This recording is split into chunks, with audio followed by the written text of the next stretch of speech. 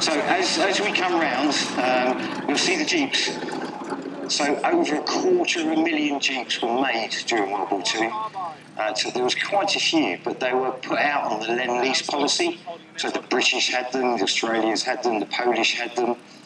So, but they all kind of had the same US markings with the stars. Now, what you might notice on the front of some of the Jeeps is a star, and some of the stars have got a circle around them. So a single star is just depicting that it's an American Jeep. The one that's got a broken circle around outside, they call that the invasion star. So this would have been, vehicles coming in after the storming of the Normandy beaches, and it was just to signify, what that vehicle had been through. So this is a Gaz 67 from 1944. It's essentially the Russian equivalent of the Willys Jeep, produced towards the end of the Second World War into the 50s. 3.5 litre petrol engine, 54 brake horsepower, but plenty of torque and plenty of fun. Yeah, I've seen these airborne. Yeah, they're really, really good. Right, so like I said, with the Jeeps and the Lend-Lease policy, so this is a classic example of what the British airborne Jeeps would look like. So every country that received the Lend-Lease Jeeps and vehicles, they would convert them to what they wanted them to do.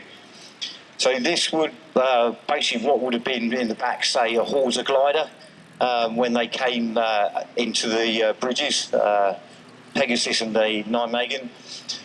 So they were converted quite heavily, so they could go into the gliders, and they were very, very lightweight, but they did carry a lot of kit with them. They really, really did. Anything they needed had to go in the Jeep. V8, 3.9 litre engine. Manual 4-speed transmission used as a general battlefield runabout, communications vehicle, bringing up all sorts of equipment and moving infantry. Awesome. Yeah, there you go. So, used widely during World War II. The vehicle behind is the Daimler Dingo. So, and I'll just get rid of the carrier. So the Daimler Dingo, lightly armoured, but it's quite famous because it was actually used by, and I've forgotten his name now, when the 30 Corps did their run towards Arnhem. Who was the commander that used them? Hi, Daimler Dingo. It was actually designed by BSA in 1938 as the Army required a small, fast reconnaissance vehicle. BSA won the contract, but they couldn't actually build them because they didn't have enough capacity, so it was handed to Daimler. Daimler built it. It's got a 2.5 litre straight-six engine in the back, fluid flywheel, pre-selected gearbox, and the whole gearbox can be reversed, so you can go as fast in reverse as you can in forwards. It'll do about 55 mile an hour still on the motorway, as long as it's not too up a hill. And coil sprung, so lovely to drive, a bit heavy on the steering, but really, really nice vehicle.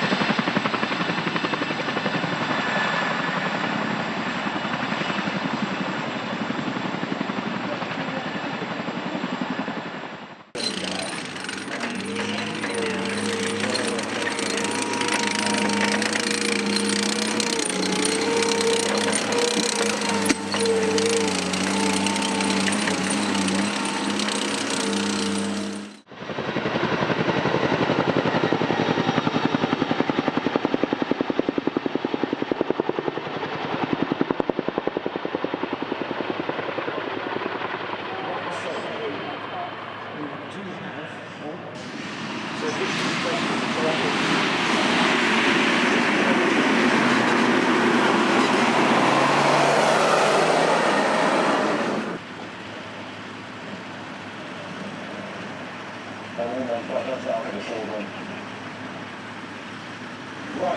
so let's have some sort of Italy. Again, Afghanistan.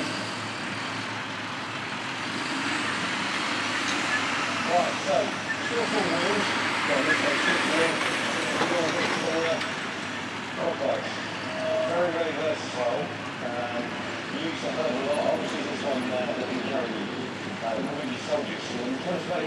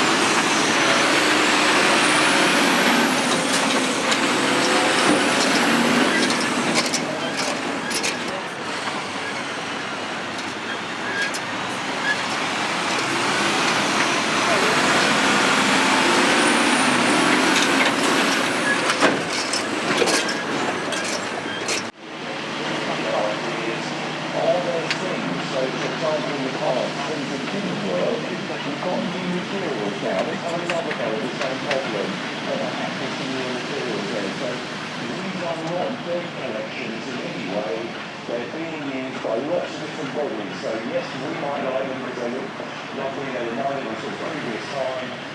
Industry uses them, the military uses them to find out about things, and also they'll enjoy it to give you an upgrade. Now none of these cars